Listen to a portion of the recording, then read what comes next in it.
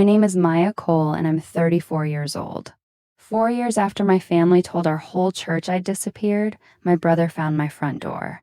It was a Tuesday in September. I was cutting apple slices for my daughter when the knock came. I opened the door, and there stood Leo, my little brother, gripping his phone like a shield. He said my name. Then he looked past my shoulder, and every drop of color left his face. He backed down on my porch steps without another word. Phone already at his ear. "Mom, you need to see this. She never told us." He couldn't finish the sentence. What my mother did with that phone call and what I finally did on a Sunday morning in front of every person who believed her is why I'm telling this story. Welcome back to Red Wine Revenge, where quiet people finally tell the truth about the families that underestimated them. If stories about boundaries, betrayal, and starting over speak to you, drop a comment below and be sure to subscribe. There's a house in Savannah, Georgia, with a front door the color of a robin's egg. I painted it myself the week we moved in. 3 coats, cheap brush, good light. The last coat of paint went on the day I stopped apologizing. Inside that house lives a 3-in-1 2-year-old named June who believes pancakes are a food group. I work 12-hour shifts in the intensive care unit downtown, sometimes 16.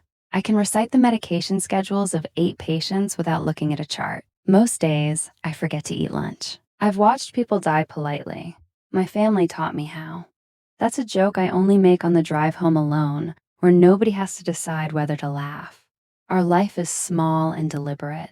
Daycare, work, pancakes, the library on Saturdays. First it was rent, then a mortgage. I still can't believe a bank gave me. I painted every wall in that house, but the door was the only color I agonized over. Blue like the sky at the end of a night shift when the world is quiet and finally belongs to you. In 4 years, nobody from Gary, Indiana had crossed under that doorframe. That was not an accident. It was also not the story my family told about it. They said I disappeared. Here's the thing about the word disappeared. It's passive. Fog disappears. Car keys disappear. It's a word that erases whoever did the erasing. What actually happened is that I stopped sending money home and my family stopped being able to see me. The money is where this story starts. It isn't where it ends. It started, if I'm being exact, and I'm a nurse. I'm always exact, with an envelope at my own graduation dinner 10 years ago at my mother's kitchen table. The spring I turned 24, I became the first Cole to finish college, a nursing degree paid for with loans and double shifts at a diner. My mother, Helen, threw a dinner at the house in Gary. Pot roast, a folding table pushed against the kitchen table, a sheet cake with my name spelled right. She propped my diploma against the gravy boat like a guest of honor. My father, Arthur, said the blessing. Leo, 19 then, ate most of the cake. For about 2 hours, I was the pride of that kitchen, and I would have done anything to stay that way. I want you to remember that feeling because my mother certainly did. After the plates were cleared, she slid an envelope across the table, cream-colored, my name on the front in her tidy church bulletin handwriting. I thought it was a card. It was empty. "For the house," she said, patting my hand. "You're the one who made it out." She said it warmly, the way you'd hand someone a family recipe. Around the table, nobody blinked. Dad studied his coffee. Leo looked at the cake. I remember laughing a little because I thought I understood. One envelope, one favor, the least I could do. New nurses make decent money, and their furnace was old, and I was the one who made it out. I filled it from my first real paycheck and mailed it back. The second month, a fresh envelope arrived at the apartment I shared with 2 other new nurses, my name in that same neat hand. The third month, another. Nobody ever asked out loud again. The asking had been done once at a celebration in front of witnesses dressed as pride. That envelope was never meant to be filled once. It was a subscription. I just didn't read the terms because the terms were written in a language I'd been raised to call love. By year 2, I'd switched us to Zelle because stamps felt absurd. The first of every month, money left my account before sunrise. $1,400 most months, $2,000 in the bad ones. And there was always a bad one coming. A new furnace. Dad's truck transmission, a new roof after the hailstorm. I paid for that roof and felt proud of it. A daughter keeping rain off her father's head from 3 states away. Leo's used Honda when his job started requiring a car. Christmas envelopes on top, Easter envelopes, birthday envelopes. On my side of the ledger, it looked like this. Night differential holiday pay every Christmas shift for 6 straight years because Christmas paid double. I was the nurse who never said no to overtime. My coworkers thought I was saving for something. I just couldn't have told you what. I kept a running total in a notebook updated to the dollar, not because I wanted it back, because numbers were the only thing in that house that never lied. Words got slippery in my family. Words like borrow and help and just this once numbers held still. By the 6th year, the total had 6 figures in it. I'll tell you the exact number later. I have said it out loud exactly once in my life. And when I tell you where, you'll understand why once was enough. One more thing about that roof since I paid for it. In a photo, Leo texted one Thanksgiving, I could see the corner of the house and the blue tarp was still on it. A year after the hailstorm, I told myself contractors were slow in Indiana. I told myself a lot of things back then. Telling myself things was cheaper than asking my mother questions. And in those days, I still thought I couldn't afford the answers. The east entrance of the hospital had a rotted awning, and the man who came to rebuild it was named Lucas Vance. He was a builder, 28, then sawdust in his hair, and he stopped me on my way out of a night shift to ask a question. What railing height worked best for patients who'd just relearned to walk? I gave him the rehab unit's numbers from memory, half asleep, and he wrote them down like they were poetry. He rebuilt that awning better than the blueprints asked for. Then he asked me to breakfast since dinner was, in his words, the middle of my night. For 3 years, he packed my lunches and labeled them by shift. When he proposed, there was no diamond. He tied a brass key on a ribbon. The key to a sagging little fixer-upper he'd made an offer on with a porch he swore he'd have coffee on until he was 90. A door key instead of a ring. I said yes to the key. I took him to Gary exactly once. My mother asked what he made an hour before she asked his middle name. She asked whether builders got benefits. She asked who carried the insurance. He answered everything with that easy patience of his. And on the drive home, he just said, "Your mom sure loves numbers." He had no idea how right he was.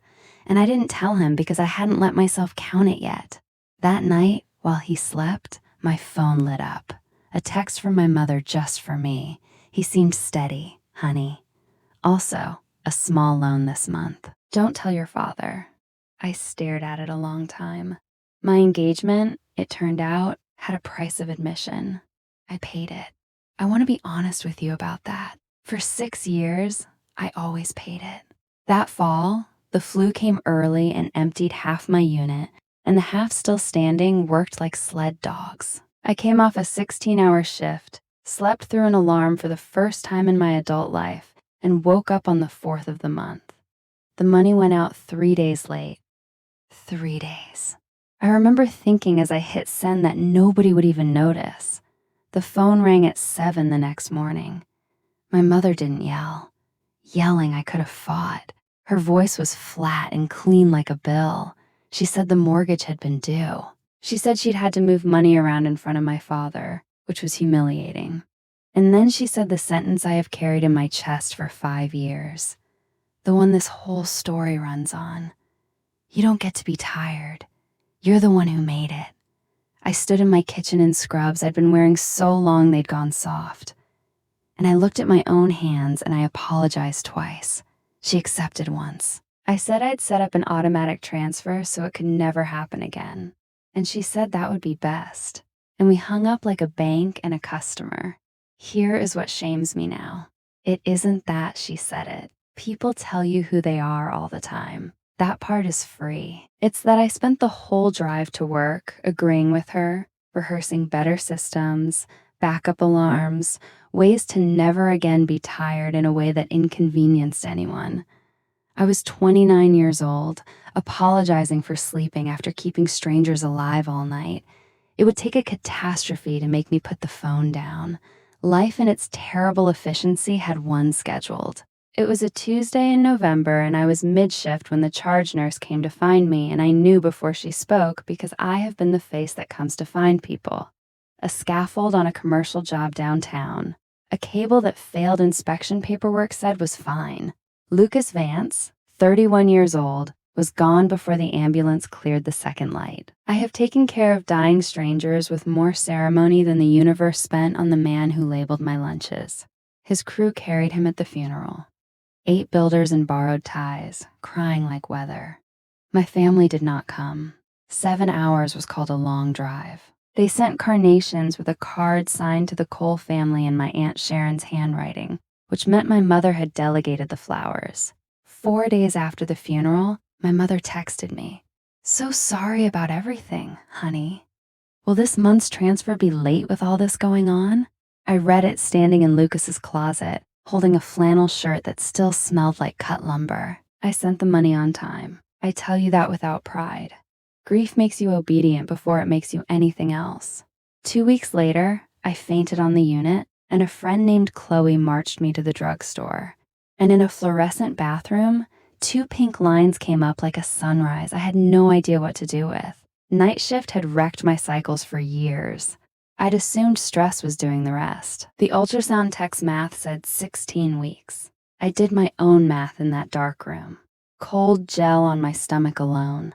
I was 5 months from being someone's mother and 1 phone call from being no one's daughter. I just didn't know the second part yet. I found out on a Sunday.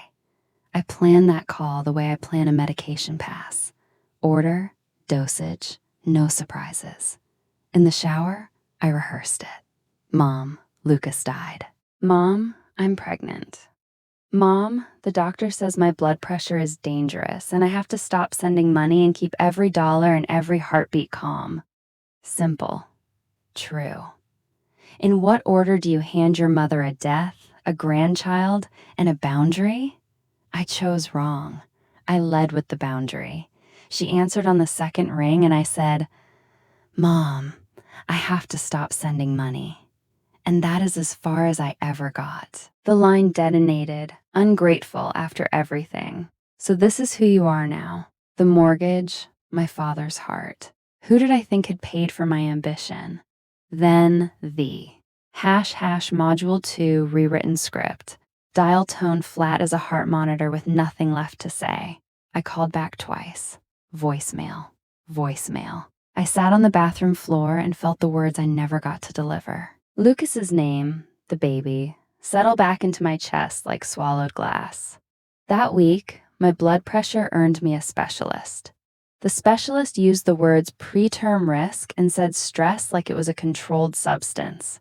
Cut it down or spend the pregnancy in a bed. So I tried the last door. I called my father. I could hear his garage radio and I said, "Dad, please, something's happened." And Arthur Cole, who once drove 4 hours for my choir concert, said quietly, "Don't upset your mother." Not what happened. Not, "Are you okay?" Every road into that family ran through Helen, and Helen had closed the road. I set the phone down on the counter, face down, and I did not pick it back up. They could have asked one question, just one. They never did. 7 hours away, my mother started telling a story. It just wasn't mine. If you've ever been the family ATM, the one they call on the first of the month and forget on your birthday, tell me in the comments where you're watching from. I read everyone. It reminds me none of us were ever as alone as they made us feel. I need you to understand how the word disappeared got manufactured because nobody in my family ever told a lie you could quote. It started with my Aunt Sharon, my mother's sister and personal broadcasting network. 2 months after that phone call, she posted on Facebook, praying for my sister through a heartbreaking season. Some children forget the people who raised them. No names. Names weren't necessary. Then came coffee hour at First Grace, the little church in Gary where my mother has run the women's committee since before I could walk. Somebody asked where I'd gotten to since I'd missed the harvest dinner. My mother, I'm told, looked down at her shoes. She let the silence sit there until it soured, and then she said, "We don't really know anymore." and touched her eyes with a tissue. We don't really know anymore. Every word of that sentence is technically true. She didn't know because she'd hung up before knowing was possible. That's the genius of it. By the next coffee hour, a woman from the choir was using the word disappeared, and my mother didn't correct her. And a thing that is not corrected in a small church becomes scripture by Advent.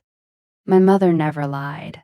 She just declined again and again to tell the truth and wept at the right moments and let 200 decent people write the story for her.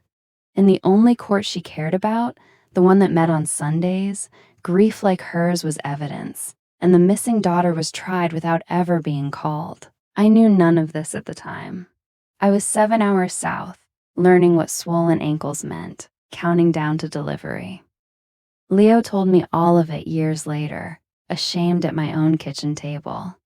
But you should carry it with you through the next part, like I now carry it everywhere.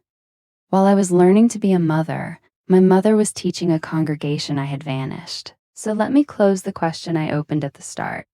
Why I really stopped sending money, because the answer was never spite. And it fits in one sentence. I had one salary, one dangerous blood pressure reading, one baby coming, and no one left to split the world with. That's it. That's the scandal.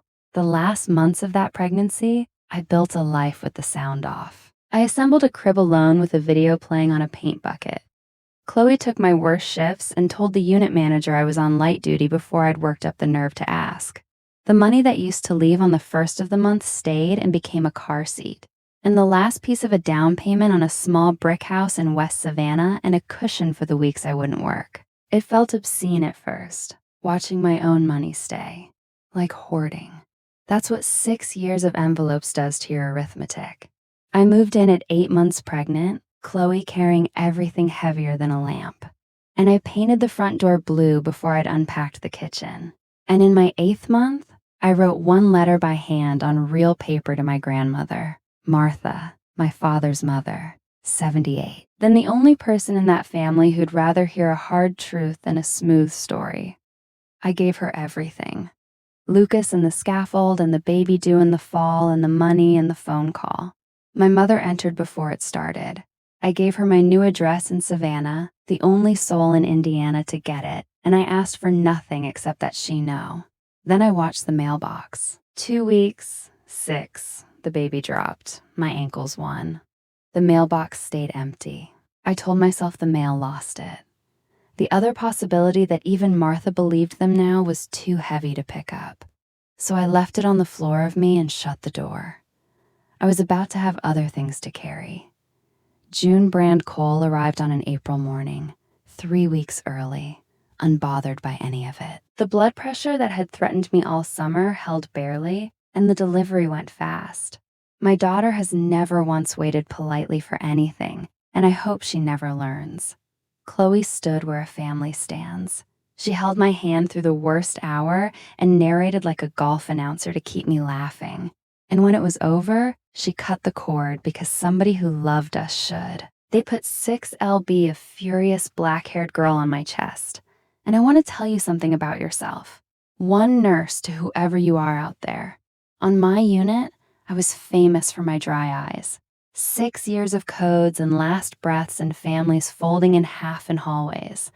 And I stayed the calm one every time because somebody in the room has to be the nurse who never cried not gently. The kind that startles the staff because she was here and she was safe. And the 2 people who should have been pacing that waiting room with gas station coffee didn't know she existed. One because he was gone and one because she'd hung up the phone. We named her June. Lucas said it once on the porch of that little fixer-upper he never got to buy, trying names out loud like paint colors. And when he hit that one, he'd grinned and said, "Her someday." So it was always hers. It took a lawyer and a patient stack of paperwork. But her father's name is on the birth certificate of a girl he never met. And the brass key he gave me instead of a ring hangs in a little frame by my front door to this day.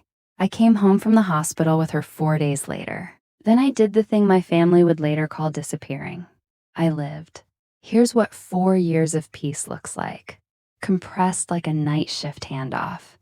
It turns out you can breathe shockingly well when you stop funding a second household. The mortgage on the little brick house got lighter every year. The dogwood in the yard got taller. And my daughter learned to walk on a sloped street in West Savannah. The door stayed blue, touched up every spring, never changed. And I already told you about the last coat. I got days instead of nights when she started preschool. I learned to make pancakes shaped like alarming dinosaurs. Chloe became godmother, then family, the kind you choose with your eyes open. And every December, I sent exactly one piece of mail north. A Christmas card to my grandmother, Martha, with a school photo tucked inside and my return address printed neat in the corner. No phone number, no demands. One card a year, every year into that long silence because some part of me refused to let the road grow over completely.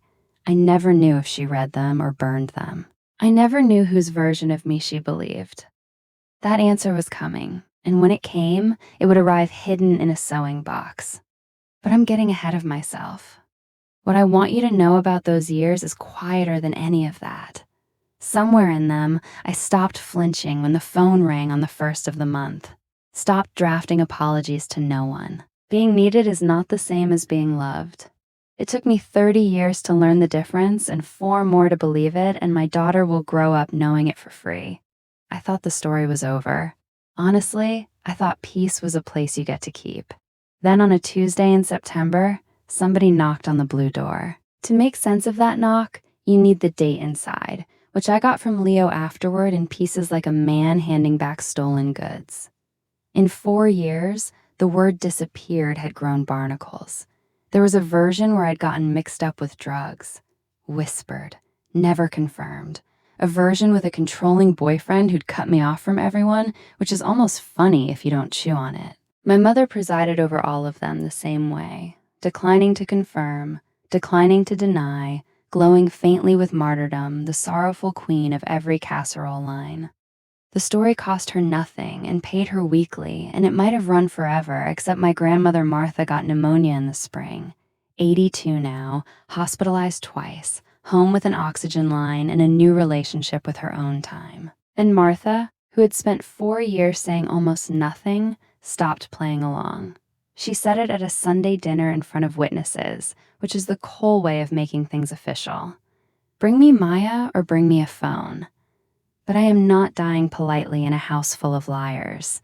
Leo says a fork actually stopped midair, so now watch what my mother needed, not her daughter. She'd had 4 years to want her daughter. She needed to produce me publicly on her own terms as a rescue. The lost lamb found the mother vindicated, the story landing intact. Within a week, Leo, 29 now, driving delivery routes, still living in their basement, was handed a slip of paper. # Module 3 rewritten script, with a Savannah address in our mother's tidy handwriting. He didn't ask where she got it. He told me that at my kitchen table, staring into a coffee he never drank. I didn't ask Maya. I should have. Hold that thought. It matters more than he knew. He drove 7 hours with the radio off, and on a Tuesday in September he knocked, which brings us back to the apple slices. The knock was soft, almost apologetic, and I wasn't expecting anyone. And through the front window, I could see a slice of him. A tall man in a delivery company polo shifting his weight on my porch like the boards might bill him. It took me a second, and then it took my breath. Leo, 4 years older around the eyes. My baby brother standing on the far side of the blue door with my past in his pocket. I stood with my hand on the latch for 3 seconds. I've timed worse decisions in codes. 3 seconds is long. In the first second, I saw the option where I went still and let him knock at an empty sounding house and kept my peace and shook for an hour behind the couch like a fugitive in my own kitchen. In the second, I saw the option where I cracked the door 6 inches, gave him nothing, sent him home with a shrug for our mother, and spent every following Tuesday waiting for the next knock. And in the third second, I understood something with the cold clarity that usually only visits me at work. I had done nothing wrong. I had built this house, this life, this child out of honest overtime and grief, and I was done conducting my life through gaps in doorways. # Hiding was the last piece of my mother's story I was still performing, so I opened the door all the way wide.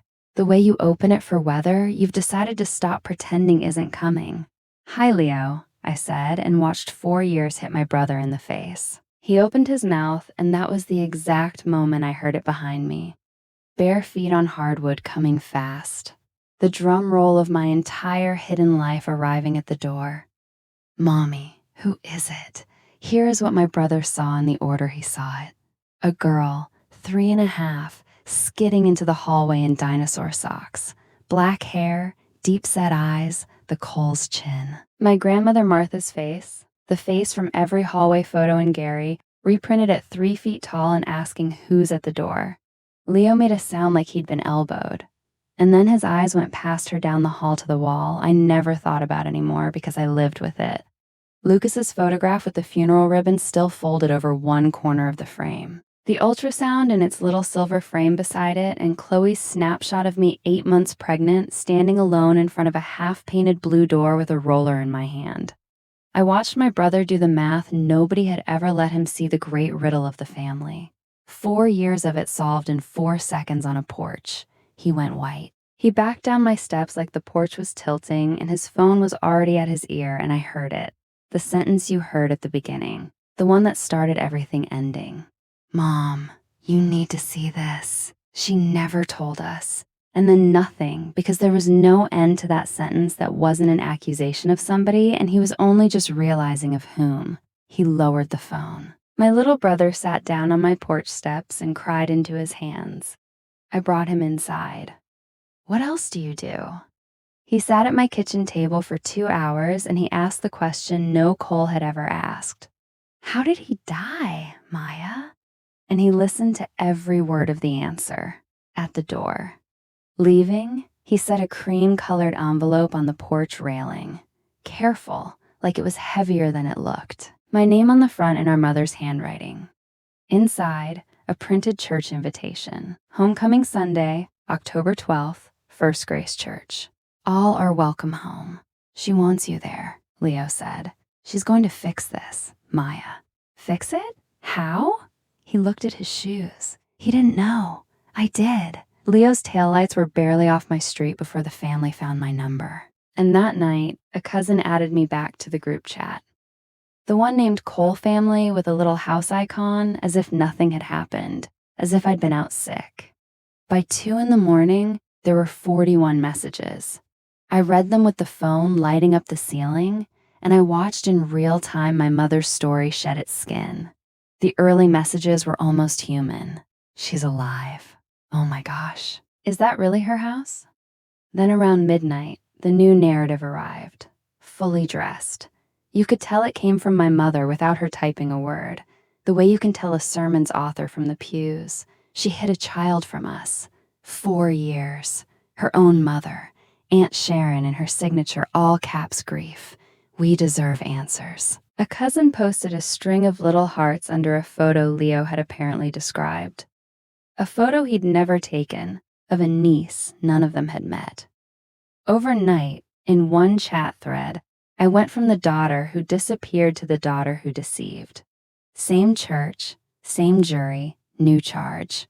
The story could survive anything except being my story. And here's the detail I keep in the same pocket where I keep everything else from that year.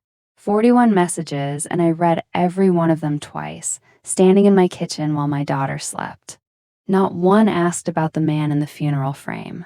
Not one asked his name or how he died or how I'd carried a baby alone through the worst year of my life. Grief wasn't on the family ledger. It had no cash value, so it didn't post. I put the phone in the junk drawer and went to bed. The next evening, my mother called me herself. Nearly 4 years since the dial tone. I answered. I'm still deciding if I regret that. She was crying before I finished saying hello. I want to be fair. My mother's tears are real. Real. The way rain on a stage is real. Actual water. Engineered timing. My baby. She kept saying, my baby had a baby. I stood at my kitchen window watching June gather acorns in the yard and let the storm front pass through. I said the only true thing I had. You could have known her since the day she was born, Mom. All you had to do was let me finish one sentence.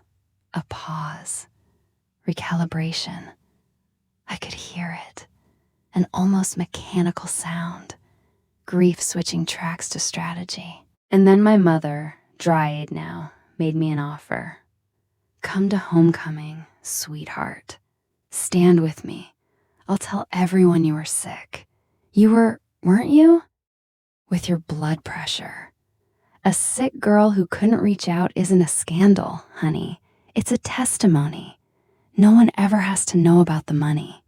I didn't say anything for a long moment. I was too busy being impressed the way you can be impressed by a flood. Notice, please, everything that sentence did. It diagnosed me retroactively with love. It converted 4 years of Eraser into a redemption arc with her in the lead.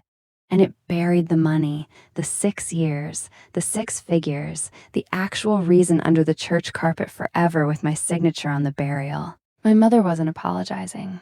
She was offering me a better produced lie and a supporting role in it. She didn't want her daughter back. She wanted the rights to the story, and I was a licensing problem. I'll think about it, I said, and hung up and stood in my kitchen shaking.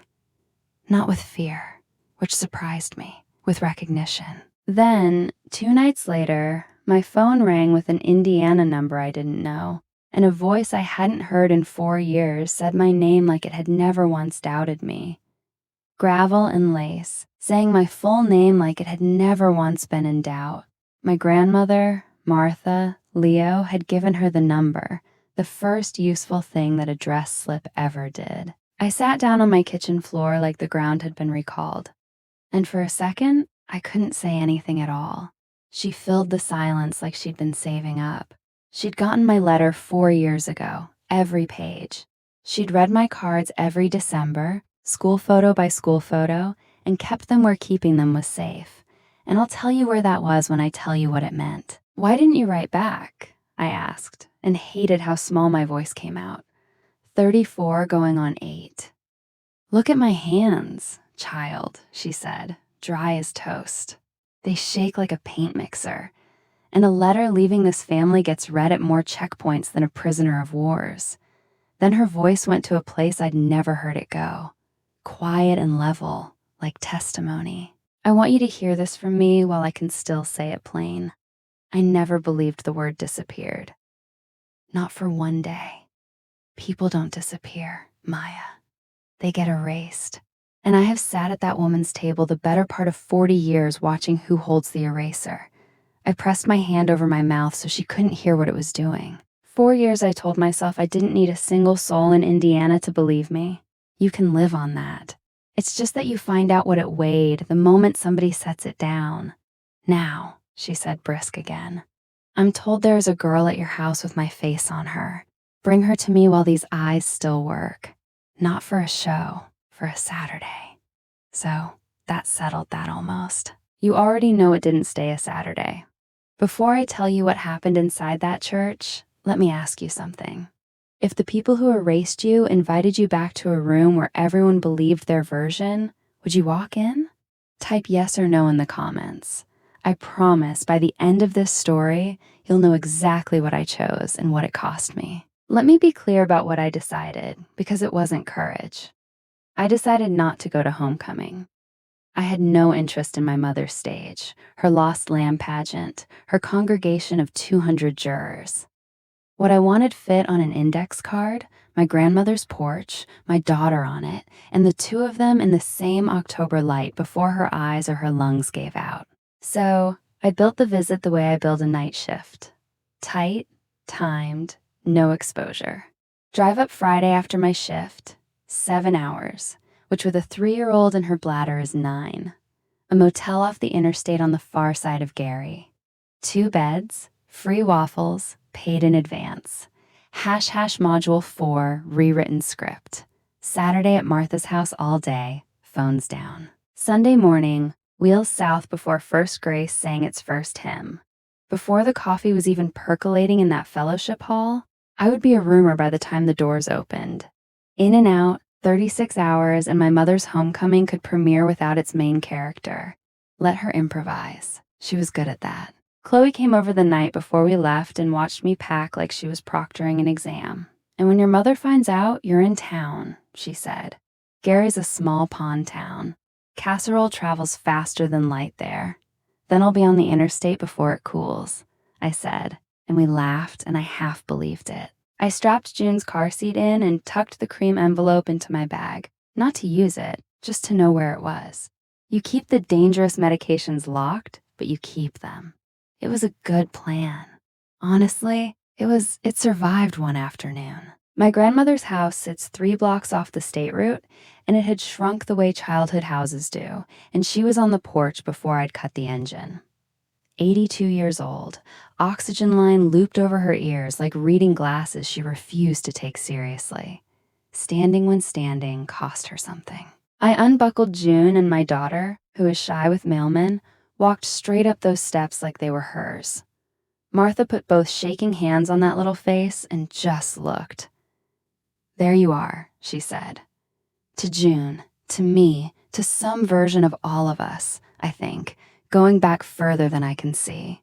Inside, we did a Saturday. Soup, beans, cornbread, a soap opera Martha narrated like a horse race. And in the afternoon, she sent June to fetch her sewing box, the battered tin one I'd known my whole life, and told her to dig under the thread. Every Christmas card I'd ever sent her, rubber banded, their edges gone soft, the way paper gets when it's been read instead of kept. My girl's whole life held together with a rubber band hidden under buttons. Hidden. That was the word doing all the work in that box. Why under the thread, Grandma? I asked, though I already felt the answer coming. The way you feel a rhythm turn bad on a monitor. Martha looked at me steady. Because your mother found them last Christmas at my kitchen table looking for a scissors. She read everyone. She put them back where they were, and she never said a word of it to me or anybody. Last Christmas, 10 months ago, my mother had my address for 10 months while her church prayed for her lost girl. She didn't need to find me. She needed me lost. I was worth more missing. Here's how a small pond works. At 4 o'clock that afternoon, a Buick pulled up in front of Martha's house, and my Aunt Sharon climbed out holding a casserole dish she was allegedly returning. A dish, Martha muttered, that she'd been sitting on since Easter. Sharon had heard Martha had company. She'd come to see what kind. What kind was 3.5? On the porch steps, teaching a doll to count acorns. I watched my aunt's face do something I recognized from the group chat. Arithmetic, then appetite. She stayed under 10 minutes. She hugged me on the way out, an inventory disguised as affection, and said wet-eyed, "You look wonderful. She's just precious. Your mama must be over the moon." And then the Buick was gone, moving with purpose. By supper time, Leo texted me that the parish knew all of it. The girl, the visit, Martha's porch. And that evening at the homecoming eve potluck in the fellowship hall in front of the folding tables and the banner committee, my mother rose with her hand on her heart and made it official. Leo was there. He sent it to me nearly word for word, and I could hear her cadence in every line of it. God has brought my lost lamb home to Indiana. My daughter is here with my grandbaby, and this Sunday she will stand before this congregation, and this family will be made whole in the sight of the Lord. Applause, he said. Actual applause. 2 women cried. I sat on a motel bed reading that while my daughter slept 8 feet away, and the thing I felt wasn't rage yet. It was vertigo. In one afternoon, I'd been written into a show I had explicitly declined. My mother had sold tickets to a performance whose lead had never taken the role, and the curtain went up in 15 hours. Then someone knocked on the motel room door. It was Leo, still in his potluck clothes, holding a spiral notebook like it was leaking, Mom's household ledger. Decades of it, the neat columns I'd grown up watching her total at the kitchen table. He had found it last spring, digging through Mom's file box for Martha's Medicare paperwork, and he'd been carrying what was in it ever since. He put it on the motel desk and opened it to the years I knew by heart because I had funded them. "You should see where it went," he said. So I saw the roof, my roof. The hailstorm roof was 1-line patch materials, $340. Labor, Arthur, and Leo. My father and brother had fixed that roof themselves for the cost of shingles, while $1,400 a month kept arriving. Where the rest went was all there in her own handwriting. First Grace Building Fund in the name of Helen Cole Benevolence Committee. Helen Cole, the Women's Retreat Sponsorship, the Fellowship Hall Ovens, the Youth Van Repair, Helen Cole, Helen Cole, Helen Cole, and loans to Sharon's son for a transmission to a cousin for a security deposit. Never repaid, never forgiven, either every debt logged and kept alive a portfolio of people who owed her. My money hadn't been. Keeping my family afloat. It had been buying my mother a throne in a very small kingdom. I sat back, and the anger I'd been waiting years to feel finally stood up. And then Leo turned to the oldest pages and pointed at a line dated 1989, and it sat back down. Wedding ring, pawn mama's back rent, and a number small enough to break your heart. My mother was 24, married 8 months. She'd sold her ring to cover her own parents' debts, and nobody ever paid her back either. "She's not spending your money, Maya," Leo said quietly. "She's paying a debt she thinks every daughter owes. It made nothing okay. It made everything sadder than anger and heavier. Understanding my mother didn't obligate me to keep being her currency, but it took revenge off the table. Whatever I did next, it wouldn't be to beat her. The Honda was your money," Leo added at the door, wincing. "I'm paying it back." "The car was a gift," I said. Gifts were never the part that hurt. I didn't sleep that night. The motel ceiling had a water stain shaped, I swear, like the state of Indiana, and I lay under it, running every route. Leave at dawn, skip the show, let the congregation swallow the no-show, however my mother spun it, and she would spin it. I could already hear the sermon about prodigals too ashamed to face the light or go sit in a back pew, be a quiet exhibit, buy peace at the old exchange rate. I was still negotiating with the ceiling when a small voice came from the other bed, half inside a dream. "Mommy, do I have a grandma?" She'd met Martha. Great-grandma had landed easily, but she'd been listening all day, the way they always are when we think the words are flying over them. And somewhere in that little head, a gap had opened in the paperwork. I lay in the dark and did not answer. And the not answering rang louder than anything I could have said, because here's what I understood. Staring at water stain, Indiana.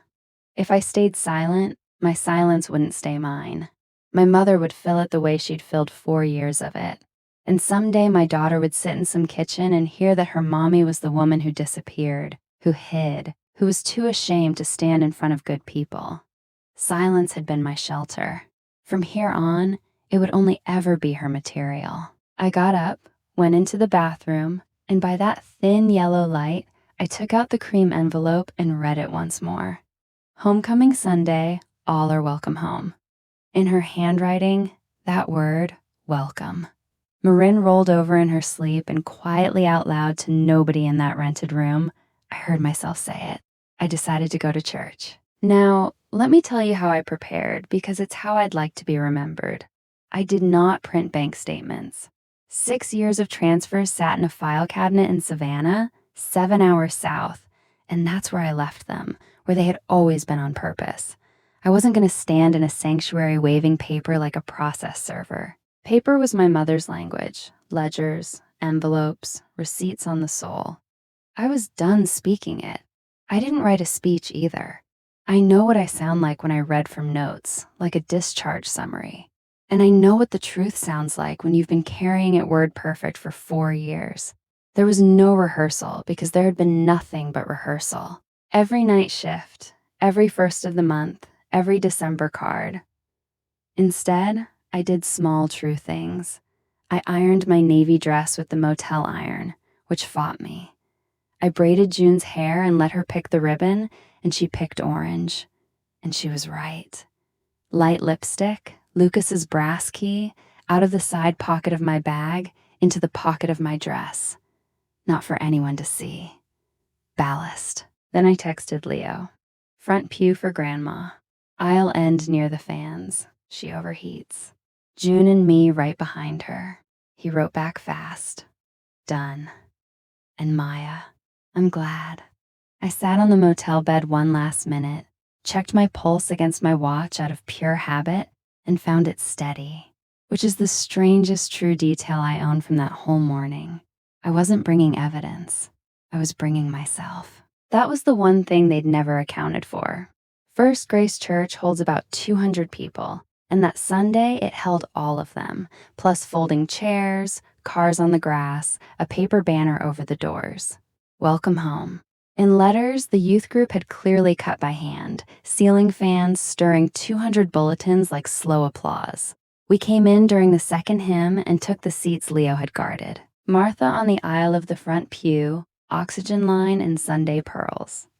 June and me right behind her, my daughter armed with a doll and an orange ribbon. Half the sanctuary turned, a wave of faces I'd known my whole childhood, and the temperature of the looking was complicated.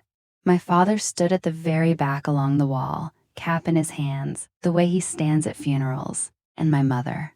My mother wore lavender and a handkerchief she never needed and a microphone. After the offering, she took the pulpit and the mic squealed once, and she waited out the squeal like a professional. She was good. I want that on the record. She thanked God for seasons of sorrow that end in joy. She pressed the handkerchief to dry eyes at intervals a metronome would envy. "My lost lamb," she said, "has come home." And then she turned and found me in the second row and extended her hand with the mic in it like a communion plate and said the words she had scripted for both of us.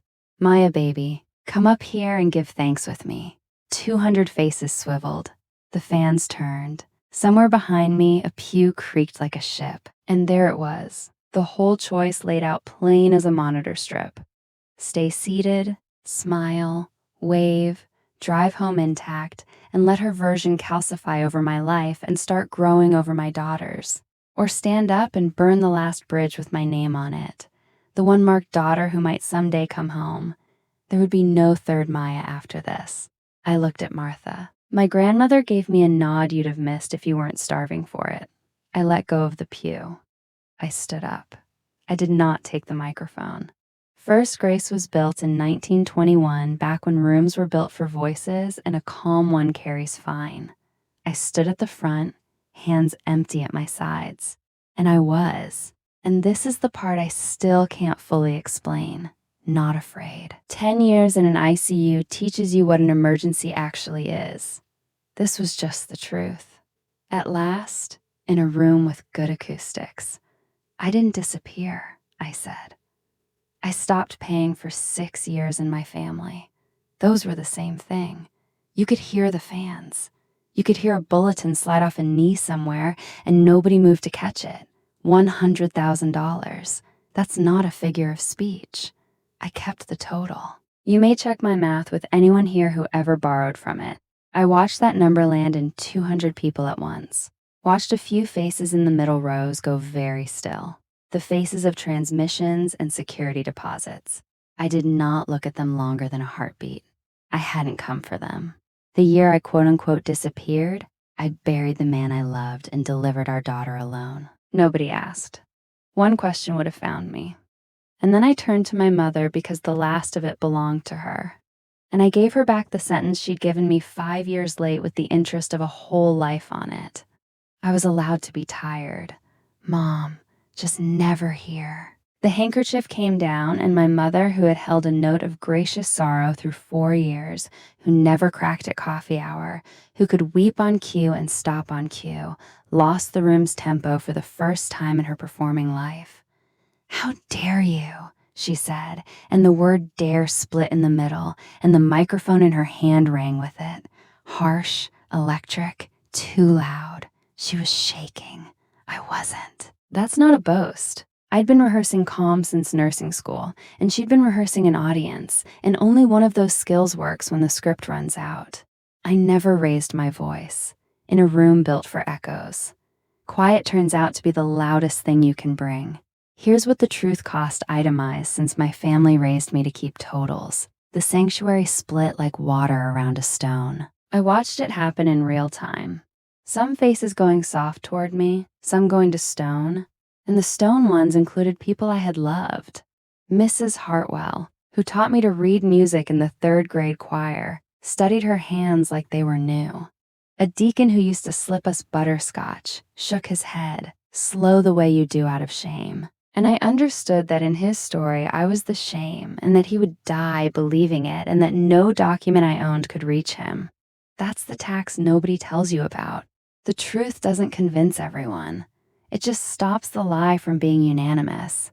And I felt the other thing go too. The thing I'd actually paid with somewhere in that room, the daughter who might someday come home, the one who might someday be forgiven into the fold, invited back to holidays, restored by some future miracle of her mother's heart, that Maya died standing up. I'd killed her myself. I would grieve her later, and I knew it. And I stood there anyway, because she had been costing me everything and paying in a currency nobody could spend.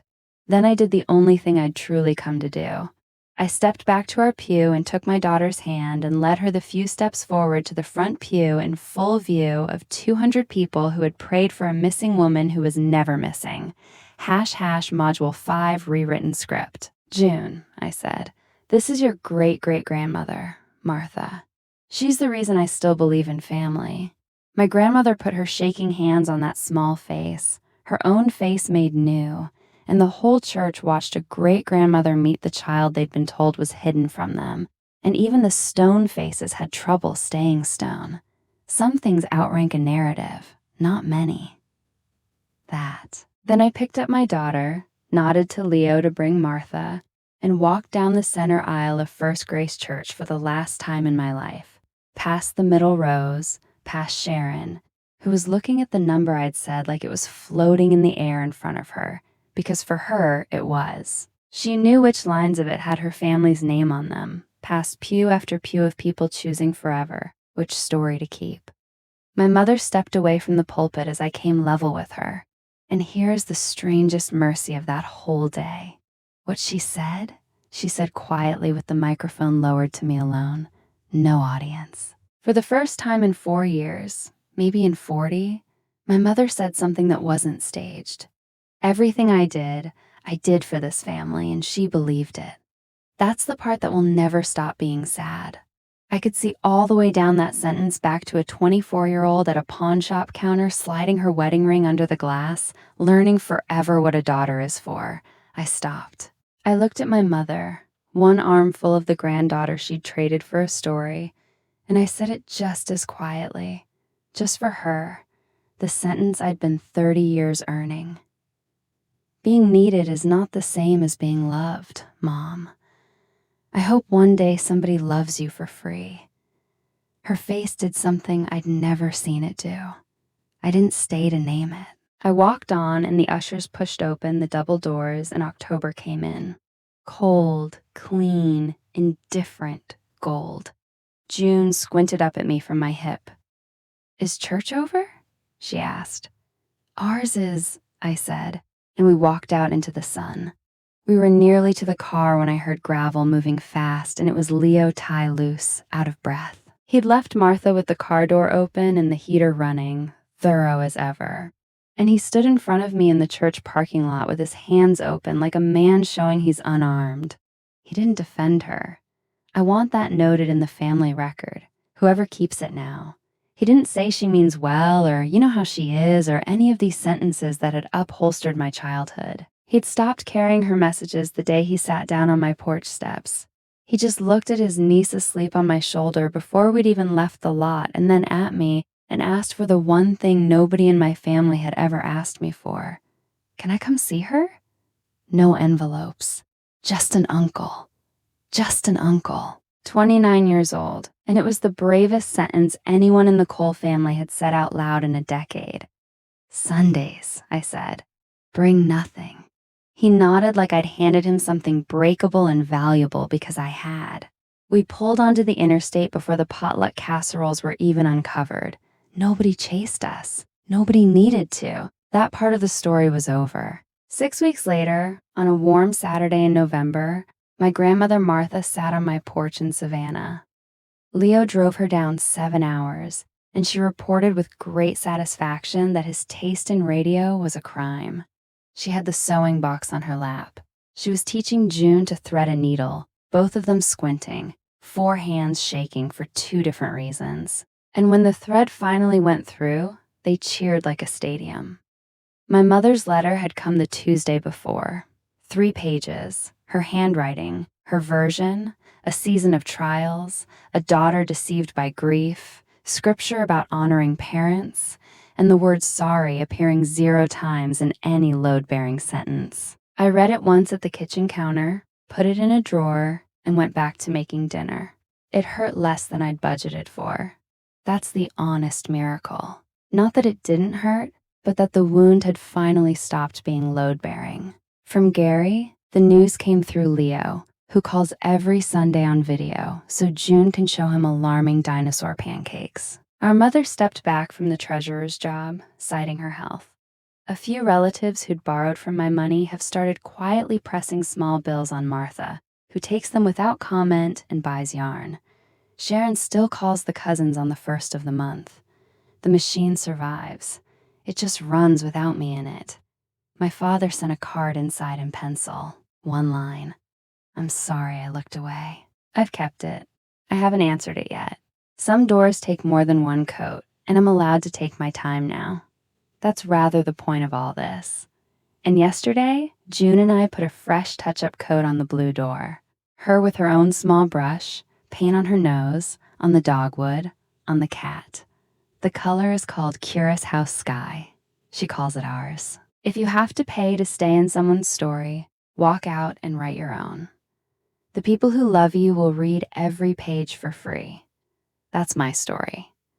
4 years of silence, 1 knock on a blue door, and 90 seconds in a church that finally heard the truth. If this reminded you of an envelope you keep filling for people who never ask how you are, take that as your sign. And if someone you love needs to hear this, share it with them.